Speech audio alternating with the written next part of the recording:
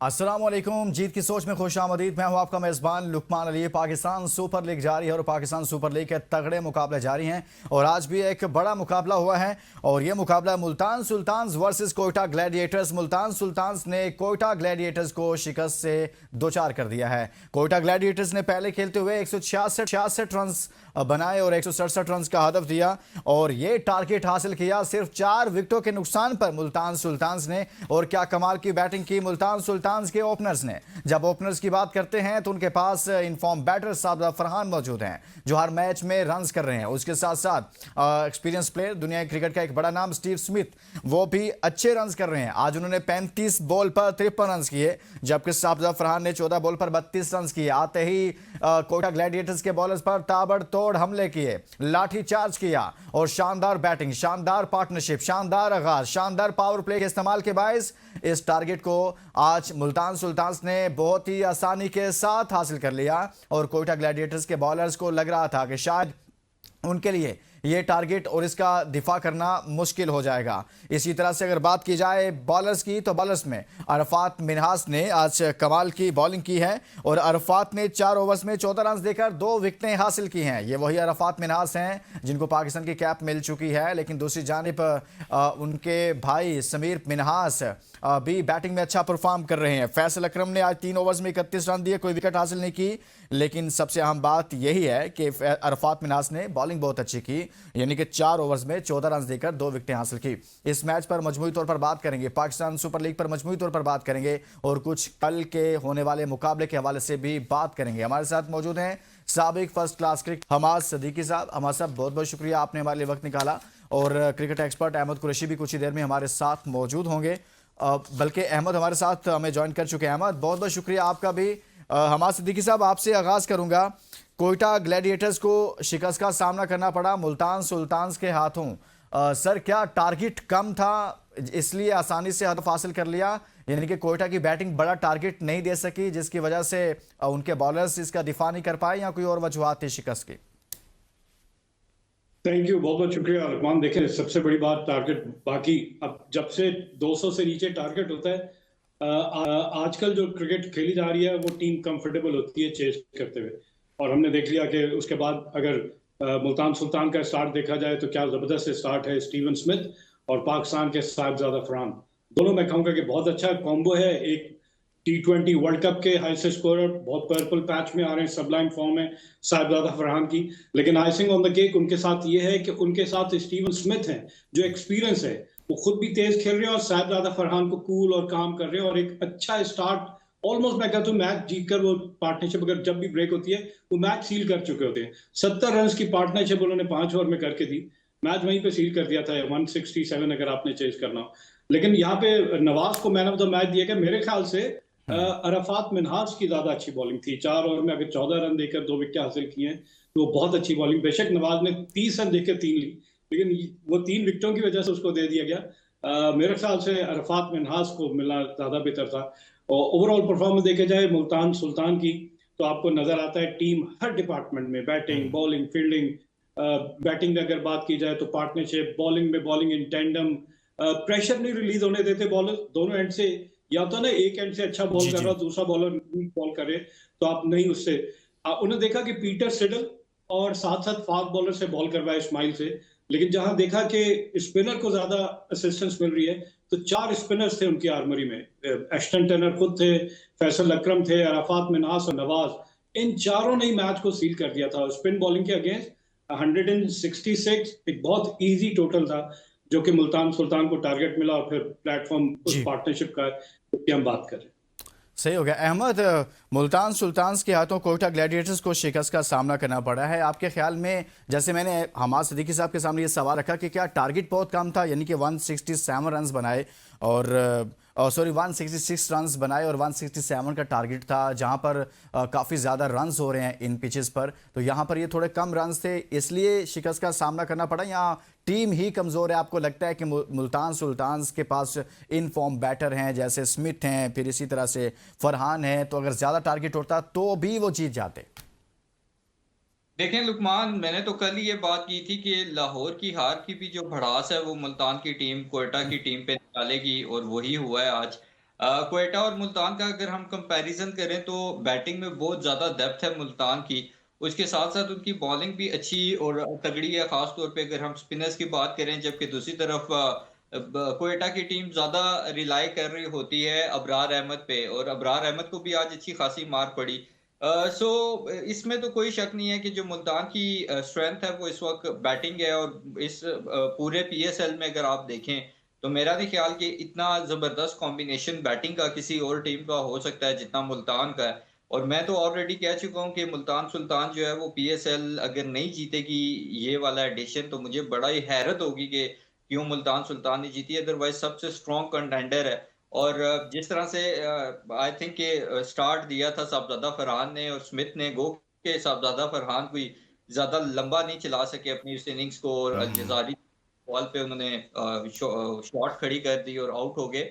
लेकिन जब आपको इस तरह का स्टार्ट मिल जाए शुरू के ही 3-4 ओवर्स में, और टोटल 166 हो बोर्ड पे, तो फिर मेरे ख्याल में वहीं पे कहीं न कहीं आइडिया हो जाता है, क्योंकि अब ऑलमोस्ट मेरे ख्याल में रन अ बॉल वाली ही सिचुएशन थी उसके बाद से ऑनवर्ड्स। तो क्रेडिट जाता है मुल्तान सुल्तान को कि आउटस्टैंडिंग वो क्रिकेट खेले हैं, हम्म। और मेरे ख्याल में मुश्किलात का शिकार है, और आगे उनकी मुश्किलात बढ़ती जाएँगी हर मैच बढ़ती के। जाएंगे। अच्छा हमाद सिद्दीकी साहब, एक चीज़ देखने में आई है कि जो विकेटें ली हैं यानी कि मुल्तान की जानिब से, यानी कोयटा ग्लैडिएटर्स को कम टारगेट तक महदूद रखने में जो किरदार अदा किया वो स्पिनर्स ने किया है। नवाज को देखे 4 ओवर्स में 30 रन दिए, 3 विकेटें ली, उनको मैन ऑफ द मैच भी करार दिया गया। अरफात मिन्हास ने 4 ओवर्स में 14 रन देकर 2 विकेटें हासिल की। फिर इसी तरह से फैसल अकरम ने 3 ओवर्स में 31 रन दिए। तो आप समझते हैं कि जो कोयटा ग्लैडिएटर्स के बैटर्स हैं, जिनमें ख्वाजा नाफे हैं, शामिल हुसैन है, सऊद शकील, हसन नवाज और बाकी गैर मुल्की प्लेयर्स हैं, रैली रोसो वगैरह, तो ये स्पिनर्स के खिलाफ अच्छा नहीं खेलते, इसी वजह से उनके स्पिनर्स डोमिनेट कर गए और स्पिनर्स ने इनको पकड़ लिया टाइमली। देखिए, जब ऐसी पिच होती है ना, तो आपको पिच को असेस करने के बाद अपना प्लान ए से प्लान बी पे शिफ्ट होना बहुत ज़रूरी होता है। हमने अगर कोयटा ग्लैडिएटर्स की बैटिंग देखें, तो अगर ओपनर आते हैं ख्वाजा नाफे और शामिल हुसैन, और जल्दी आउट हो गए, वो भी स्पिनर्स के अगेंस्ट। अब आपको नजर आ रहा है कि स्पिनर बॉल ग्रिप भी कर रहा है, टर्न भी कर रहा है। अगर ख्वाजा नाफे की बॉल विकेट आप देखें, तो राउंड द विकेट बॉल कर रहे बिल्कुल। हैं नवाज, और बॉल एंगल के साथ, मैं कहता हूँ, ड्रिफ्ट होता है, मिडिल स्टंप पे पड़ने के बाद बाहर निकलता है। तो वहां से नजर आ गया था कि बॉल इस पिच पे टर्न हो रहा है। और शामिल हुसैन ने जबरदस्ती शॉट खेला, क्योंकि वो 250 करके बैठे थे, वो कैरिड अवे हो रहे थे कि मेरी बड़ी अच्छी फॉर्म लगी हुई है। अच्छा, चल 2 बैट्समैन आउट हो गए। उसके बाद से सऊद शकील के साथ कोई पार्टनरशिप किसी और को स्टे करना चाहिए था, वहां कोई स्टे नहीं कर सका, और वो थ्रू आउट रिबिल्डिंग प्रोसेस नजर आया। ऑल्दो कि सऊद शकील ने मिड सेंचुरी स्कोर की, लेकिन कोई और उनके साथ सब्सटेंशियल पार्टनरशिप नहीं कर सका। बेवन ने बहुत अच्छी बैटिंग की, लेकिन छोटी छोटी इनिंग्स है। स्कोर अगर 180 टू 200 होता, शायद थोड़ा मैच होता। ये जो लेस देन 180 टोटल आजकल टी20 में हो गया ना, वो बहुत आसान हो गया। फिर अहमद दानियाल, इनके जो फास्ट बॉलर हैं, वो अनफिट हो जाते हैं, तो इनको काफी, मैं कहूँ कि इंजरीज, और फिर जाहिर है हसन नवाज से बॉल करवानी मजबूरी पड़ गई इनकी। ऑल्दो कि हसन नवाज ने भी 2 आउट कर दिए, एक बड़ा अच्छा catch, relay catch Rilee Rossouw का। और ओवरऑल देखा जाए तो मुल्तान सुल्तान के एस्टन टर्नर की जो कैप्टनसी है वो बड़ी क्रूशल है, बड़ी वाइटल है। पाकिस्तान में पहली मर्तबा कैप्टनसी करी। पाकिस्तान के पिचेस में किस बॉलर को किस वक्त आजमाना है, किसको कहाँ पे प्लेस करना है, फील्डिंग, ये सारी एकदम से नहीं आती। लेकिन मैं बड़ा उनसे इम्प्रेस हूँ कि बहुत अच्छी तरह से वो इसको यूटिलाइज करें, जो भी रिसोर्सेज उनके पास है। शान मसूद ने 2 मैचेस में लगातार बड़ी अच्छी, हमें पता है कि वो टेस्ट क्रिकेट में उनका यही, जब वो कैप्टन थे तो उन्होंने यही कहा कि मैं इंटेंट के साथ खेलना चाहता हूँ, सही। एग्रेसिव माइंडसेट के साथ। और आज भी हमें देखा, उनके लिए अच्छा ये हो गया था, जब वो बैटिंग कर रहे थे तो left arm leg spinner ball कर रहे थे। लेफ्ट आर्म लेग स्पिनर का जो बॉल है, उनके आर्क, उनके स्विंग में आता है, और उन्होंने लंबे लंबे छक्के भी लगा के दिखाए, और दिखाया कि फिजिकल फिटनेस तो है ही उनकी बहुत अच्छी, रनिंग बिटवीन द विकेट भी बहुत अच्छी। लेकिन और हमारे मैच भी 2.5 आसान था ना, टारगेट कम था, ऊपर से फेंटा लगा हुआ था, रन्स बन चुके थे, ये भी एक एडवांटेज हासिल था उनको, शान मसूद को। अगर कंडीशन डिफरेंट होती तो शायद शान मसूद साहब वहीं यहाँ पर भी वैसे ही करते जैसा वो पहले कर रहे थे। नहीं, ये तो हम नहीं कह सकते। देखिए, अगर कोई ऐसा होगा तब हम बात करेंगे ना, अभी बिल्कुल। क्या पता वो वहां पे मैच जिता दें आपको। सही हो गया। अच्छा अहमद, एक बात की हमाद सिद्दीकी साहब ने भी कि मोहम्मद नवाज को मैन ऑफ द मैच करार दिया गया है, जबकि अरफात मिनास ने 4 ओवर्स में 14 रन देकर 2 विकेटें हासिल की हैं। नवाज ने 4 ओवर्स में 30 रन देकर 3 विकेटें हासिल की हैं। तो आपके ख्याल में किसका बनता था? इकोनॉमी 3.50 की है अरफात की, जबकि इकोनॉमी अगर बात करें तो 7.50 की रही है नवाज साहब की। मैं भी समझता हूँ कि अरफात को दे देना चाहिए था मैन ऑफ द मैच, लेकिन जाहिर है किसी एक इंडिविजुअल का फैसला नहीं होता। पैनल के भी लोग होते हैं, सो एक कमेटी टाइप बनती है और वो ये डिसीजन लेती है। तो जिसको भी मिले एट द एंड, मेरे ख्याल में जो मेन चीज मैटर करती है वो ये कि मुल्तान सुल्तान की टीम जीत गई है और एक अच्छा और तगड़ा मैच जीती है। इसमें देखें, अब दोनों टीम्स में अगर आप डिफरेंस देखें तो स्पिनर्स ने ही डाला है। तरफ जो है वो नवाज और अरफात ने इतनी जबरदस्त बॉलिंग की, दूसरी तरफ अबरार पिट गए। अगर अबरार अच्छे रिदम में होते और अच्छी बॉलिंग कर रहे होते तो शायद क्वेटा की टीम इस टोटल को डिफेंड भी कर। सो आई थिंक इन विकेट्स पे आप जितनी मर्जी बैटिंग ट्रैक बनाने की कोशिश कर लें, कहीं ना कहीं जो स्पिनर का रोल है उसको आप रूल अच्छा आउट नहीं। अहमद, इस सवाल को कुछ यूं कर लेते हैं कि अरफात मिन्हास हो या नवाज हो या फैसल अकरम हो या बाकी हों बॉलर्स, यानी कि खास तौर पर मैं स्पिनर्स की बात कर रहा हूं, तो जो कोयटा के बैटर्स हैं, जैसे मैंने हमाद साहब से भी बात की है, ख्वाजा नाफे है, शामिल है, ये आउट हो गए 12 पर, इनको नवाज ने आउट कर दिया। बाद में हसन नवाज को मिन्हास ने आउट किया। ये क्या आप समझते हैं कि ये बैट्समैन जो हैं वो स्पिनर्स के खिलाफ स्ट्रगल करते हैं, स्पिनर्स को अच्छा नहीं खेलते, और ये एक बड़ा मसला बनता जा रहा है मजमूई तौर पर पाकिस्तान की कौमी टीम का? तो ये तो अभी यंगस्टर हैं जिनको मुस्तकबिल करार दिया जा रहा है, तो इनके साथ भी यही मसला है। देखें लुकमान, आपकी पाकिस्तान क्रिकेट का सबसे बड़ा बैट्समैन बाबर आजम स्पिनर नहीं खेल पाता। ये सबसे बड़ा बैट्समैन कंसीडर किया जाता है मौजूदा दौर का, तो फिर इनका तो फिर अल्लाह ही हाफिज है। और ये बात आपने बड़ा अच्छा पॉइंट उठाया है कि अगर हमारे प्लेयर्स अपने ही स्पिनर्स को नहीं खेल पा रहे पीएसएल जैसी लीग में, तो फिर इंटरनेशनल क्रिकेट में जब ये जाएंगे तो ये किस तरह से खेलेंगे, और ऑब्वियसली वहां पे ये एक्सपोज होंगे, जो कि हमने देखा है। तो इस चीज को लेके मेरे ख्याल में हमें फ्रेंचाइजीज के तौर पे भी और बीसीबी को भी बड़ा काम करना पड़ेगा कि हमारे बैट्समैन चाहे वो सीनियर हो, इवन सिर्फ अगर आप देखें ना तो बाबर आजम भी नहीं स्ट्रगल करते, रिजवान कई दफा फंस जाते हैं, आगाज की स्वीप शॉट्स वगैरह खेलते हैं, लेकिन वो भी अगर आप अभी रिसेंट पास में देखें तो ज्यादातर स्पिनर्स पे ही फंसे हैं। तो मेरे कहने का मकसद ये है कि ये एक बड़ी इंटेंस और अलार्मिंग सिचुएशन है, क्योंकि अगर आप देखें ना पूरी दुनिया में टी20 क्रिकेट में, चाहे वो लीग्स हों या जब आप इंटरनेशनल लेवल पे आईसीसी इवेंट्स वगैरह में जाते हैं, तो टीम्स का अब ज्यादा फोकस होता है कि वो बजाय खास तौर पर पाकिस्तान के अगेंस्ट कि वो बॉलिंग ऑलराउंडर खिलाने के बजाय वो स्पिन ऑलराउंडर खिलाने को प्रेफर करते हैं। और दूसरा उनकी ये कोशिश होती है कि उनके जो बैट्समैन हो वो उनसे भी, जैसे ग्लेन फिलिप्स वगैरह से भी न्यूजीलैंड को हमने देखा कि वो ओवर वगैरह डलवाते हैं। तो ये एक बड़ा ही अलार्मिंग सिचुएशन है। खैर हमारे बैट्समैन तो फास्ट को भी कुछ खास अच्छा नहीं खेलते,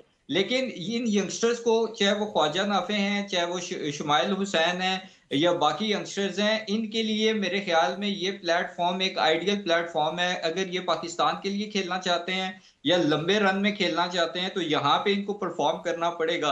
अगर यहाँ भी परफॉर्म नहीं करेंगे तो फिर कहाँ परफॉर्म सही करेंगे? कहा। नहीं है बेसिकली, जैसे मैंने कहा ना कि जब आप देख लेते हैं कि पिच जो है वो टर्न हो रही है, इतना आसान नहीं है, तो आप पहले से माइंड बना के आते हैं कि हमने 200 से ज्यादा रन बोर्ड पे लगाने हैं। देखिए पिच की कंडीशन के हिसाब से आप ऐसा टोटल सोचें कि जो आप डिफेंड कर सके। 160 आप नहीं डिफेंड कर सके। अच्छा तो आप नहीं कम नहीं से कम हमाद भाई, मैं जो बात आपसे करना चाहता हूँ वो एक मजमूई क्रिकेट पर करना चाहता हूँ कि स्पिनर्स को अच्छा खेलने वाले बैट्समैन आपको मिलते थे जब लंबी क्रिकेट होती थी, जब आपको 4 डे क्रिकेट खेलने को मिलती थी डोमेस्टिक स्ट्रक्चर में, जब आपके यंगस्टर जो होते थे, जो नए प्लेयर्स आते थे, वो वहां पर लंबी क्रिकेट खेलते थे, मजदूरों की तरह क्रिकेट खेलते थे, तब उनको स्पिनर्स को खेलना भी आता था, पूरा पूरा दिन स्पिनर्स लगे रहते थे, स्पिनर्स के खिलाफ वो खेलते थे। आप सब जानते हैं, आप खुद खेल चुके हैं, सारे माहौल से गुजरे हुए हैं। तो अब चूंकि टी20 आ गया है और टी20 में आपने 4 ओवर बॉलर ने करवाने हैं और बैट्समैन ओपनर आएगा, उसने 6-7 ओवर फेस करने की कोशिश करनी है या 5 या 6 पावर प्ले को। तो ये फास्ट बॉलर्स के अगेंस्ट अच्छा खेलते हैं लेकिन स्पिनर्स के अगेंस्ट अच्छा नहीं खेल रहे नए प्लेयर्स। ये मैं आपसे जानना चाहता हूं, सिस्टम की गलती है जिस सिस्टम से ये आ रहे हैं, या प्लेयर्स की तरजीहात चेंज हो गई हैं? मसला कहां पर आ रहा है?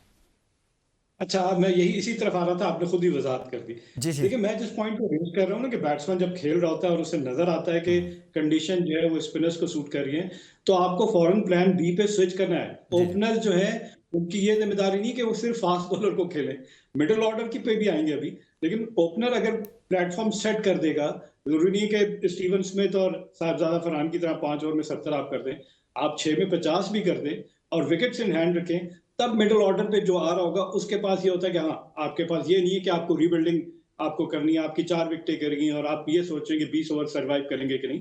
तो पूरी जो बैटिंग ऑर्डर है उन सबकी ज़िम्मेदारी होती है, मिडिल ऑर्डर की भी ज़िम्मेदारी होती है कि उनको अगर जो प्लेटफ़ॉर्म सेट करके दिया गया है, तो वो बाहर कोचेज़ जो उनको बता रहे थे कि यार इतना टोटल आप बोर्ड पे लगाएँ तो वो हम डिफेंड कर सकेंगे अपनी बॉलिंग रिसोर्सेज़ को देखते हुए। तो बैट्समैन जो इंटेलिजेंट बैट्समैन होता है ना, वो फिर running between the wicket, busy cricket क्या होती है? ग्रेट जावेद मियांदाद बार-बार उनकी मिसाल देनी पड़ती है। वो कहते हैं कभी भी सिंगल डबल की इंपॉर्टेंस को नेग्लेक्ट ना करें। ऑड बाउंड्री मिल जाती है, आप उसके तब भी आप 10-10 रन 1 ओवर में कर सकते हैं। सही। तो हमारे प्लेयर जब से टी20 आई है, वो सिर्फ ये समझते हैं कि जी मार-धाड़ ही कर ली, चौके-छक्के मार लेंगे तभी हम 200 करेंगे। हुँ। नहीं, स्टीवन स्मिथ की बैटिंग देख लें, ऑस्ट्रेलियंस की बैटिंग देख लें। 1987 का वर्ल्ड कप मैं आपको बताऊँगा जी, जी। कि जब 6 रन पर ओवर बहुत ज़्यादा कहा जाता था और ऑस्ट्रेलिया वो टीम थी जिसने वो टैप एंड रन, इनके 2 ओपनर्स थे डेविड बून और जेफ मार्श, जिनके बेटे मिचेल मार्श अब उनके कैप्टन है टी20 के। ये वो प्लेयर थे जो फिजिकल फिटनेस, अब सर्कल पे फील्डर खड़ा हुआ है और ये वहीं पे रोक के 6-6 सिंगल करके 6 रन कर लेते थे और आप परेशान होते कि यार 6 रन तो बहुत ज़्यादा हो गया। तो ये फिजिकल फिटनेस होती थी कि आपने अगर चौका-छक्का लगा लिया है, एक ज़रूरी है 5 की 5 या 6 की 6 बॉलों पे आपको बाउंड्री मिले, आप स्ट्राइक को रोटेट करते हैं। स्ट्राइक को रोटेट करने से फील्डिंग जो है वो इफेक्ट होती है, बॉलर की लाइन और लेंथ इफेक्ट होती है कि उसे नहीं समझ आता कि यार वो ये चाहेगा कि मैं डॉट बॉल्स पे डॉट बॉल्स करूं, लेकिन वो बैट्समैन जो स्पिनर के अगर अच्छा अब स्पिनर्स को आपने खेलना है तो आपके आर्मरी में कौन से शॉट्स होने चाहिए बजाय सही। इसके कि वो हमने देखा Arafat Minhas round the wicket bowl कर रहा था, डार्ट इन कर रहा था, हुँ। पैड पे टारगेट कर रहा था और वहां से बड़ा शॉट नहीं लग रहा था। सही। अगर आप बड़ा शॉट ढूंढते रहेंगे हर बॉल पे तो आप नहीं खेलेंगे। आपको क्या जी। करना है, आपको स्वीप को लेकर आना है, आपको कदमों का इस्तेमाल करना है, आपको हुँ, हुँ। लेट कट करना है। ये वो सारी चीज़ें हैं कि जो आप स्पिनर्स के अगेंस्ट अगर ये शॉट्स नहीं है, तो आप बॉग डाउन हो जाएँगे। बाबर आज़म क्यों बॉग डाउन होते हैं? कि बाबर आज़म कदमों का इस्तेमाल बहुत कम करते हैं, बाबर आज़म स्वीप बहुत करते हैं और बाबर आज़म को right in front of the wicket वो पैड पे मारते हैं और वो लेग बिफोर होते हैं। सही। वो बैट्समैन जो अपने पैड्स पे अगर खेलेगा, बैट से नहीं खेलेगा, वो स्ट्रगल करेगा। वो स्ट्रगल करेगा। स्पिनर्स अब मुझे एक अच्छा मिडल ऑर्डर में अच्छा मैं कहूँगा कि पावर हिटर भी है और तलाश करें, ऐसा नहीं है कि डोमेस्टिक क्रिकेट सही। से फरहान यूसुफ नहीं है, इनको मौका नहीं मिला अभी तक। शामिल हुसैन मैं कहूँगा कि वही है ना कि आप जब 2 अच्छी इनिंग खेल देते हैं, तो आप इशारे कर रहे होते हैं कि जी ये देखिए जी मेरे बैट ने स्कोर कर दिया और प्रेस कॉन्फ्रेंस हुँ। में आप जाके बड़ी-बड़ी बातें करते हैं, नहीं करनी आपने। आपको सिर्फ स्कोर करना है और डाउन टू अर्थ रहना है। जब आप कहेंगे कि मैंने बहुत बड़ा कारनामा कर लिया, वहीं से आपका डिक्लाइन शुरू हो जाता है। हुँ। ये यंगस्टर्स हैं, अभी अर्ली डेज़ हैं। अभी इनके ऊपर इनकी वीडियोज़ बन रही होगी, सारी ऑपोज़िशन टीम जो है, वो इनकी वीकनेसेस को देख रहे होंगे और कहाँ इनको बॉग डाउन सही, करना है, कहाँ सही। इनको आउट करना है, किस साइड और को कंस्ट्रेंट करना आप है, कह रहे हैं कि वो इनको सारी पकड़ना आसान होता चीज़ें है, इनकी गलतियों को फौरी तौर पर उससे फ़ायदा उठाने के लिए इनकी जो वीक पॉइंट्स होते हैं बैटिंग में, उनसे भरपूर फ़ायदा उठा सकते हैं और जो ओपोनेंट हैं। अच्छा अहमद, मैं ख़ास तौर पर बात करना चाहता हूँ अरफात मिन्हास की। कुछ रोज़ हमने समीर की बात की, इनके भाई की बैटिंग बड़ी अच्छी कर रहे हैं। अरफात मिन्हास 4 ओवर्स में 14 रन दिए, 2 विकेटें ली। कितने अच्छे बॉलर्स हैं हमारे पास, स्पिनर्स काफ़ी ज़्यादा आ रहे हैं, मतलब फैसल अकरम है, फिर एक स्पिनर हमारे पास सुफियान मुकीम आया, जिसके साथ हमने जो कुछ किया वो मेरे ख्याल में हम बार बार रिपीट करेंगे तो अच्छा नहीं है। उसको हमने पाकिस्तान के लिए उस तरह से मौके नहीं दिए, कैप दी लेकिन उसके बाद वो तसलसल नहीं रखा, एक प्रॉपर जो चांस होता है ना वो नहीं हमने दिया। तो अरफात कैसे स्पिनर हैं? देखें, अरफात मिन्हास नो डाउट एक एक्स्ट्रा ऑर्डिनरी टैलेंट है, बिल्कुल अपने भाई की तरह। जिस तरह हम्म। हमने बात की समीर मिन्हास की भी कि वो आउटस्टैंडिंग प्लेयर हैं और आगे जाके वो अभिषेक शर्मा या बाकी जितने भी बड़े-बड़े नाम हैं पूरी दुनिया में, हैरी ब्रूक वगैरह, इनको टक्कर दे सकते हैं और इंशाल्लाह देंगे भी। तो हम्म। अरफात मिन्हास क्योंकि ज़ाहिर है बड़े हैं और ये पहले से खेल रहे थे क्रिकेट और इनको obviously up to some extent follow करते हुए इनके भाई भी आए हैं समीर क्रिकेट की तरफ। तो दोनों भाई एक्स्ट्रा ऑर्डिनरी टैलेंट हैं और सबसे मेन चीज़ इनकी दोनों भाइयों की ये है कि ये हमेशा बड़े ग्राउंडेड रहते हैं। कभी आपने समीर मिन्हास को बड़ी से बड़ी इनिंग खेलने के बाद बढ़ के मारते हुए नहीं देखा होगा शुमाइल हुसैन की तरह कि उन्होंने शामिल 2 शामिल भाई, उसका नाम शामिल है अहमद, कहीं चलें जो भी नाराज ना हो जाएं वो, आप उनका शा नाम ही चेंज कर रहे हैं सर। शामिल हुसैन की तरह आपने कभी हाँ। समीर को मारते हुए नहीं देखा होगा कि मैंने बहुत बड़ा कोई जो है ना वो फ़लस्तीन यहाँ पे फ़तह करके बैठ गया हूँ कि 2 फिफ्टियाँ कर ली हैं। उसने बड़ी ज़बरदस्त ज़बरदस्त नॉक्स खेली हैं और ग्राउंडेड रहता है। सेम गोज़ फॉर अराफात के उसकी भी आप अगर परफॉर्मेंसेस देखें, आउटस्टैंडिंग परफॉर्मेंसेस आती रही हैं थ्रू आउट रीसेंट पास, लेकिन वो भी बड़ा ग्राउंडेड रहा है। कहीं हमने नहीं देखा कि उसने बहुत बड़ी-बड़ी बढ़ के मारी हों। और मेरे ख्याल में इन दोनों की क्रिकेटिंग की एबिलिटीज़ तो चलें ठीक है, इनका अपना एक टैलेंट भी है और इनके कोचेज़ को भी क्रेडिट जाता है। लेकिन जो इनका एक इनके अंदर एक हम्बलनेस है, जो एक आजिज़ी है इतनी परफॉर्मेंसेस के बावजूद, मेरे ख्याल में उसमें बड़ा मेजर रोल है इनके वालिद हम्म। साहब का। इनके वालिद साहब इनके साथ बड़ा कनेक्टेड भी रहते हैं, इनको क्योंकि वो खुद भी फोटोग्राफर हैं, ऑन फील्ड ही मौजूद होते हैं। और वो मेरे ख्याल में उनकी तरबियत, इनकी वालदा की तरबियत काफ़ी हद तक नज़र आती है कि दोनों बच्चे आउटस्टैंडिंग हैं। जो प्लेटफ़ॉर्म इनको मिलता है, सही जिस तरह प्लेटफ़ॉर्म मिलता है, ये परफ़ॉर्म करते हैं और बड़े ग्राउंडेड रहते हैं। सही हो गया। अच्छा हमाद साहब, आप भी इस पर कमेंट करेंगे? चले दोनों भाइयों पर करते हैं। कल आप शो में नहीं थे हमारे साथ, तो समीर ने कल बड़ी अच्छी इनिंग खेली, एक और अच्छी इनिंग खेली है। मैं चाहता हूं कि क्योंकि डिस्कशन इस पर हो रही है कि पाकिस्तान को एक बड़ा अच्छा टैलेंट मिल रहा है, बड़ी अच्छी बातें हो रही हैं इनके हवाले से, और उनकी गेम बता रही है, मजबूर कर रही है कि भाई हमारे ऊपर बात करें। Sameer Minhas, Arafat Minhas, what's your take sir? मैं कहूंगा पाकिस्तान के लिए बहुत अच्छे साइन, मतलब मैं कहूंगा इससे अच्छा और क्या हो सकता है। यंगस्टर एक अंडर 19 से आ रहा है, एक राइजिंग स्टार से आ रहा है, तो इनके पास टाइम बहुत है। और जितना अच्छा कंसिस्टेंसी के साथ परफॉर्म करे, एक ऑलराउंडर है और एक प्रॉपर बैट्समैन, ओपनर बैट्समैन। और रमीज राजा उनकी कमेंट्री में बता रहे थे कि समीर मिन्हास की बैटिंग को देखते हुए आपको स्लॉग नहीं नजर आता, हाँ। Proper cricketing. तो ऐसा बैट्समैन जो मेरिट पे खेल रहा हो और तब भी चौके छक्के लगा रहा हो, तो मैं तो कहता हूँ पाकिस्तान के लिए बहुत अच्छा साइन है। पाकिस्तान इनको थोड़ा सा मुझे T20 पे एतराज हो जाता है। देखिए हमारे प्लेयर T20 में आके खराब हो जाते हैं। वो ये कि अभी तो चले उनका पर्पल पैच चल रहा है, बहुत अच्छा खेल रहे हैं। जब उनका अगर लेग से पैच वो अच्छा नहीं होगा और दूसरी टीमों ने उनके ऊपर कहीं ना कहीं काम कर लिया होगा, तब वो बड़े शॉट ढूंढते हुए कहीं ये ना हो कि अपनी गेम खराब करे। तो मेरी सजेशन ये होगी कि ऐसे यंगस्टर्स को जो बहुत अच्छे निकल के सामने आ रहे हैं, आप उन्हें T20 से बिल्कुल अलग कर दें, वनडे और टेस्ट मैच खेलें। देखिए प्रॉपर क्रिकेट क्या है, प्रॉपर क्रिकेट वनडे और टेस्ट मैच है। वैसे तो सिर्फ टेस्ट मैच है, लेकिन किसी हद तक चले वनडे को। T20 को मैं कहता हूँ कि स्लॉग नजर आता है बहुत ज्यादा। या हालांकि जैसा मैंने अभी शुरू में कहा कि रमीज राजा कह रहे हैं वो स्लॉग नहीं कर रहे, बहुत अच्छी प्रॉपर क्रिकेटिंग शॉट्स खेलते हैं, जो कि अच्छे साइन है। ये वही तब तक खेल रहे होंगे जब तक इनके ऊपर इनकी अच्छी फॉर्म चल रही है, या दूसरी टीमें साल के बाद आपको पता चलता है एक प्लेयर का, जब दूसरी टीमें उसके ऊपर काम कर चुकी होती हैं, तब उसके पास क्या है। अभी तो नजर आ रहा है कि उसकी ये शॉट्स है, ये फेवरेट शॉट है, यहाँ वो खेल लेता है, यहाँ वो खेल लेता है। जब वो देखेंगे कि इसको कहाँ रोकना है या इसके स्ट्रॉन्ग एरिया इसको कहाँ रोकना है, वहां पे बॉल। सही। देखिए रिजवान, बाबर आजम क्या करते थे, रिजवान की अगर बैटिंग देख लें तो रिजवान प्रीडोमिनेटली लेग साइड को प्रेफर करता था। तो रिजवान को वहां पे जब बॉल फीड कराना छोड़ दिया गया, तो आपको नजर आया कि रिजवान स्ट्रगल कर रहे हैं। बाबर आजम को कवर ड्राइव नहीं खिलाई गई, तो बाबर आजम, देखिए जो आपकी पेट शॉट होती हैं, जो आपकी फेवरेट स्कोरिंग शॉट्स होती हैं, वहां अगर उस पर प्लग इन कर दिया जाए, तो फिर आपके पास क्या ऑप्शन है। प्लेयर वही है, उसके बावजूद भी अपने ऊपर काम कर रहा हो और अपनी रेंज ऑफ शॉट्स बढ़ा रहा हो। तो मैं चाहूंगा कि साल के बाद मैं इनको दोबारा देखूं, और इसी तरह अगर फ्लरिश कर रहे हो सही। तो पाकिस्तान के लिए बहुत अच्छा है। इसी तरह बहुत आपने अच्छा पाकिस्तान के उनके लिए। की बात की, अरफात मिन्हाज बॉलिंग में, बैटिंग में और फील्डिंग भी बहुत अच्छी करती है। दोनों जो है फील्डर बहुत अच्छे हैं। मुल्तान से ताल्लुक है, सिटी ऑफ सेंट्स हम कहते हैं, बड़े हम्बल होते हैं, बड़े पोलाइट होते हैं, डाउन टू अर्थ सही होते हो हैं। गया। तो अच्छा पाकिस्तान क्रिकेट के लिए अच्छा इजाफा है। और जैसा आपने कहा ना कि अभी आपने खुद ही कहा कि बड़े स्पिनर्स आ रहे हैं, तो स्पिनर्स आना भी अच्छा है कि अबरार, शादाब, नवाज, उस्मान तारिक, इनके ऊपर जब ये प्रेशर होगा ना कि इनके अलावा 4 और स्पिनर तैयार खड़े हैं, तब कंपटीशन होगा, तब सिलेक्टर्स का काम आ जाएगा। अभी तो सिलेक्टर कहते हैं यार हमारे पास तो और ऑप्शन ही नहीं है। जब हाँ। ये 4 और तैयार होंगे, जिसमें आपने अभी नाम लिया, सुफियान मुकीम है, मोमिन कमर है, अरफात मिन्हास बिल्कुल है, ऐसे। मतलब ये फैसल अकरम है, ये इस तरह इस के इस और पर इस अभी पर और हमारे भी मैंने डिटेल डिस्कशन करनी है। जिस दिन ब्रेक डे है ना, मैंने उस पर पूरा ये जो अभी तक PSL चला है ना, उसको मैंने थोड़ा सम अप करना है और उस पर मैंने डिस्कशन करनी है। और इंशाल्लाह आप भी उस शो में होंगे कि इसमें हमें फास्ट बॉलर्स कितने मिल रहे हैं, कितने नहीं मिल रहे हैं, कौन अच्छा परफॉर्म करे, ये सारा हम थोड़ा सा इसको एनालाइज करेंगे इस पॉइंट ऑफ व्यू से मजमूई तौर पर। अहमद, ये जो अभी कोयटा ग्लैडिएटर्स और मुल्तान सुल्तान्स के दरमियान मैच हुआ, कोयटा इस वक्त 6ठे नंबर पर है। पॉइंट्स टेबल अगर दिखा दें तो थोड़ा सा क्लैरिटी हो जाएगी। और मुल्तान इस वक्त 4 मैचेस खेलकर 3 उसने जीत रखे हैं।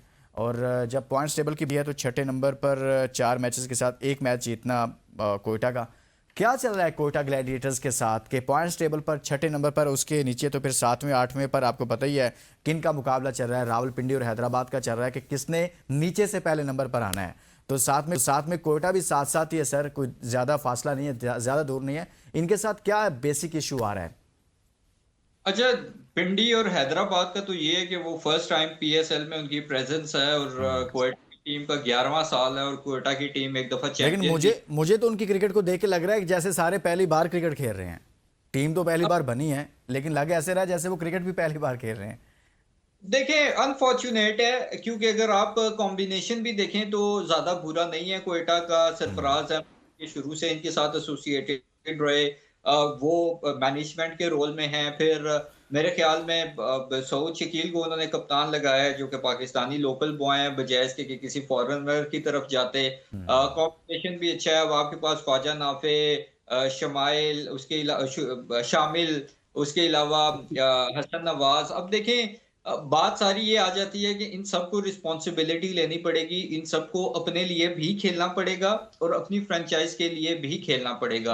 अब देखिए सही। लुकमान, जब आपकी टीम 4 में से आप कह रहे हैं 3 कि जिम्मेदारी लेना पड़ेगी, और ये प्लेयर्स यंगस्टर हैं, नए नाम हैं, ज़्यादा नहीं खेली हुई, तो इसलिए इनको थोड़ा सा स्पेस भी देंगे। लेकिन यही वो प्लेटफॉर्म है पीएसएल, जहां पर आप अपनी सलाहियत दिखाते हैं और कौमी टीम का हिस्सा बनते हैं। और इनमें से ख्वाजा नाफे पाकिस्तान की कैप इनको मिल चुकी है, शामिल हुसैन को पाकिस्तान की कैप मिल चुकी है, हसन नवाज बहुत खेल चुके हैं। एक ब्रेक लेते हैं, ब्रेक के बाद वापस आते हैं, कुछ मजीद बात करेंगे और कुछ बात करेंगे कल के मैच के हवाले से।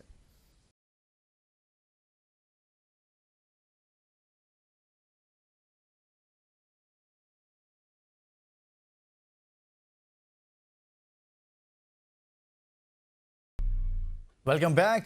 प्रोग्राम के इस हिस्से में बात करेंगे कल होने वाले मैच के हवाले से। और ब्रेक पर जाने से पहले हमने बात की है कि कोयटा ग्लैडिएटर्स के साथ आखिर क्या चल रहा है। मुसलसल उसे शिकस्त का सामना करना पड़ा है, पॉइंट्स टेबल पर 6ठे नंबर पर है। कल जो मैच खेला जाएगा वो मैच है रावलपिंडी और इसके साथ साथ मुल्तान सुल्तान्स के दरमियान। लेकिन मैं ये चाहता हूँ कि आपको पॉइंट्स टेबल पर बताऊँ कि इस वक्त ये दोनों टीमें कहाँ हैं।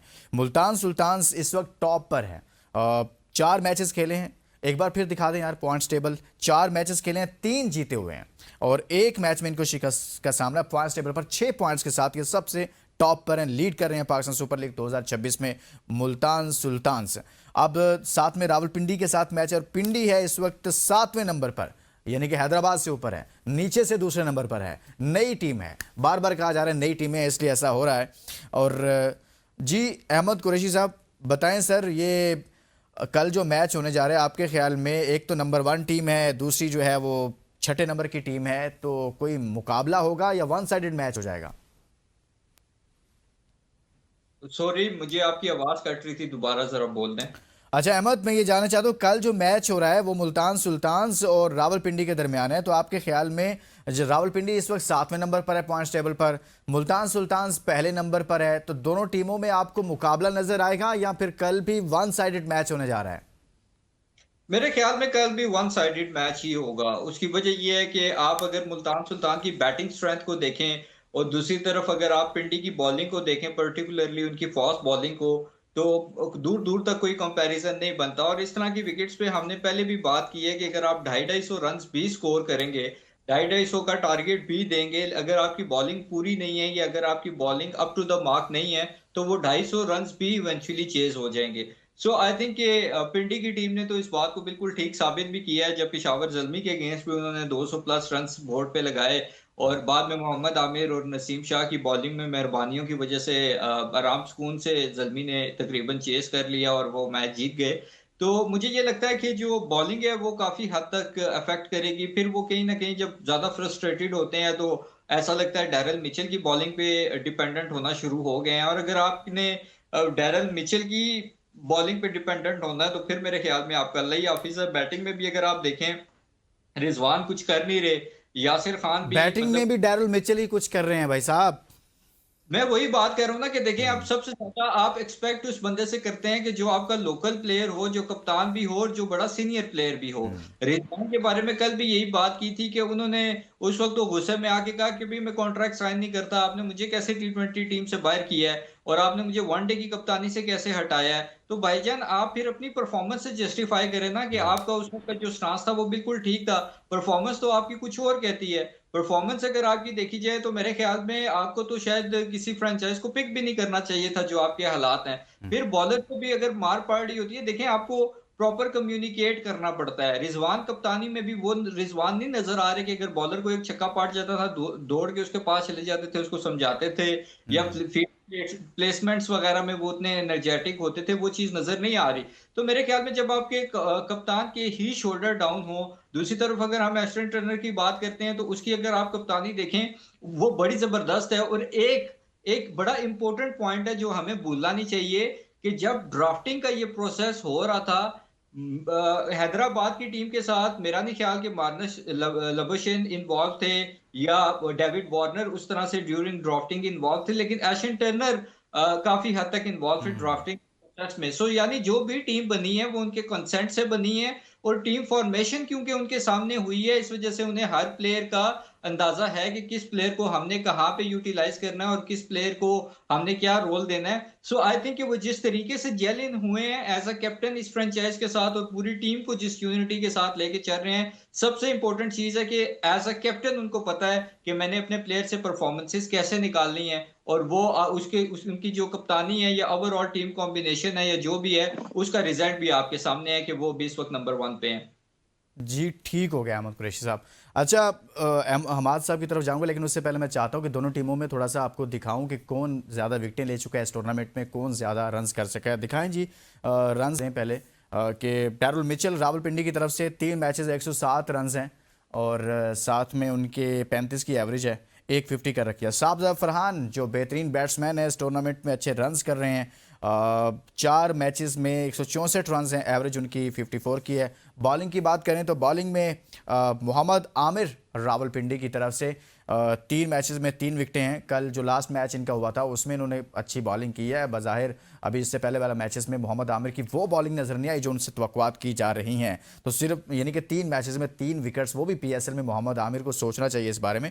मोहम्मद नवाज मुल्तान सुल्तान्स की जानिब से 4 मैचेस में 5 विकेटें ले चुके हैं, और इकॉनमी इनकी 10 की है। इकॉनमी माशाल्लाह थोड़ी सी नीचे ले आया ना 5-6 पे, तो बहुत मज़ा आएगा। नवाज साहब इस पर ज़रूर सोचिएगा। जी हमाद सिद्दीकी साहब, आपके सामने मैंने रखा, ये भी बताया कि एक नंबर 1 पर है, एक नंबर 6 पर है पॉइंट्स टेबल पर, बाकी बैटर्स बॉलर्स आपके सामने रखे जो अच्छा परफॉर्म कर रहे हैं।